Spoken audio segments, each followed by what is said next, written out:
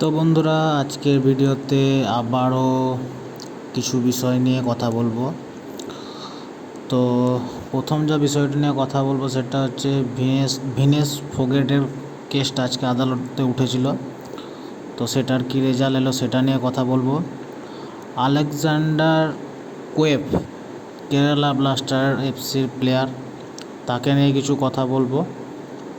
আর Rafael আগস্টা, তিনি আবারও ভারতে আসছেন।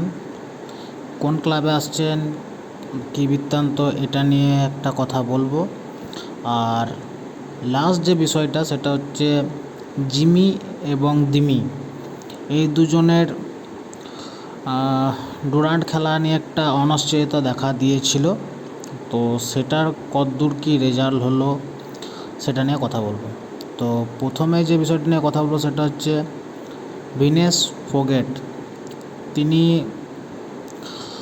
অলিম্পিকের ফাইনাল উঠেছিলেন। ফাইনালে 100 গ্রাম ওজন বেশি হওয়ার জন্য তাকে ডিসকোয়ালিফাই করা হয়।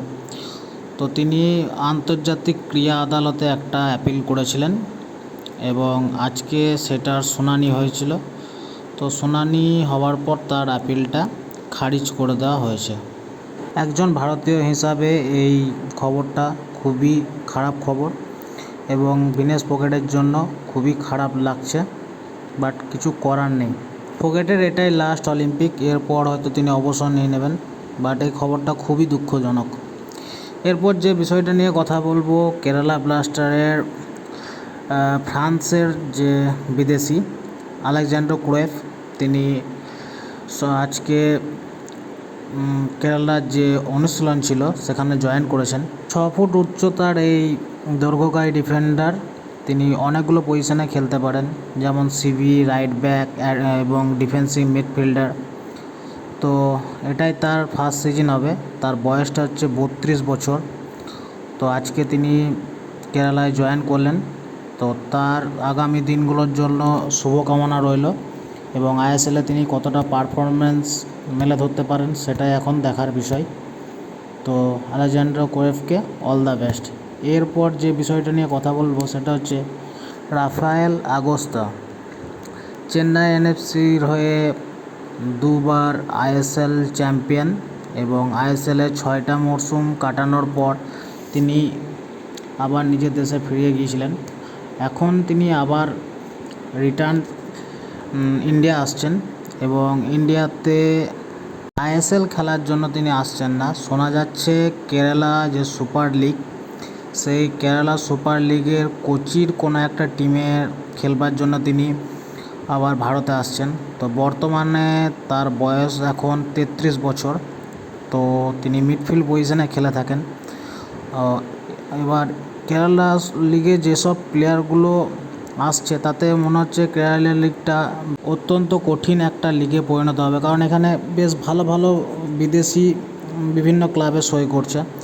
তো রাফায়েল আগস্টাকে আগের দিনগুলোর জন্য শুভকামনা রইল। তো এরপর যে বিষয়টা নিয়ে কথা বলবো, জিমি আর দিমি, এই দুজনের ডুরান্ড কাপের খেলা নিয়ে একটা অনিশ্চয়তা দেখা দিয়েছিল, কারণ আজকে এএফসির যে ইস্টবেঙ্গলের সঙ্গে যে তুর্কমেনিস্তানের যে টিমটার খেলা ছিল, সেই খেলা চলাকালীন মোহনবাগান সূত্র থেকে একটা খবর বেরিয়ে আসে যে আইএফএ বিভিন্ন রকমের কারণ দেখিয়ে জিমি এবং দিমির যে রেজিস্ট্রেশন সেটা ব্লক করে রেখেছে এবং সূত্র মারফত খবর বেরোতেই মোহনবাগান জনতার মাথায় এক হাত পড়ে যায় যে হঠাৎ কী এমন হলো যে দিমিত্রিয়ান পেট্রাটস এবং জেমি ম্যাকলারেনের রেজিস্ট্রেশনটা ডুরান্ড কমিটি বা আইএফএ তারা রেজিস্ট্রেশনটা ব্লক করে দিল।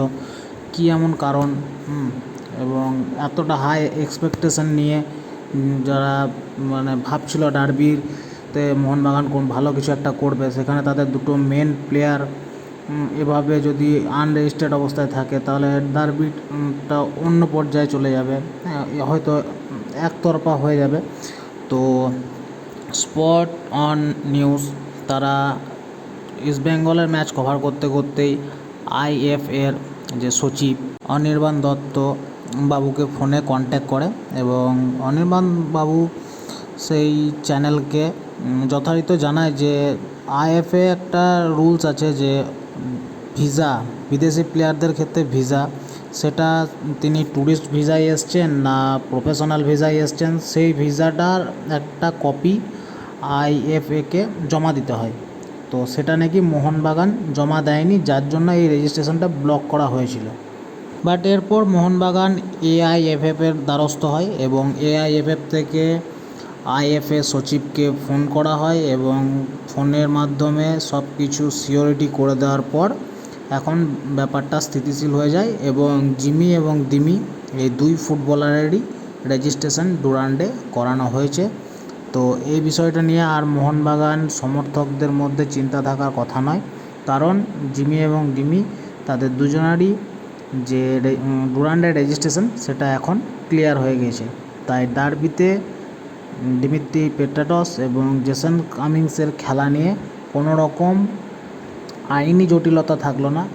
এখন যেটা মূল বিষয় সেটা হচ্ছে জিমি যেহেতু ঘাড়ে একটা চোট আছে, যেটা ব্যথা অনুভব করছিল, যেটার জন্য আগের দিন জিমি মুম্বাইও গিয়েছিল, সেটার দিক থেকে ক্লিয়ার হয়ে গেলে জিমিকে হয়তো ডার্বিতে সেকেন্ড হাফে দেখাও যেতে পারে। তো মোহনবাগান জনতার আর উদ্বেগের যে কারণটা ছিল সেটা আমি ক্লিয়ার করে দিলাম। তো ভিডিওটা যদি ভালো লাগে তাহলে অবশ্যই লাইক করে দেবেন, শেয়ার করে দেবেন, আর চ্যানেল নতুন হয়ে থাকলে চ্যানেলটা অবশ্যই সাবস্ক্রাইব করে দেবেন। ধন্যবাদ। ভিডিও শেষে যে জয়ধ্বনিটা দিতে বলবো সেটা দিতে ভুলে যাবেন না। জয় মোহনবাগান।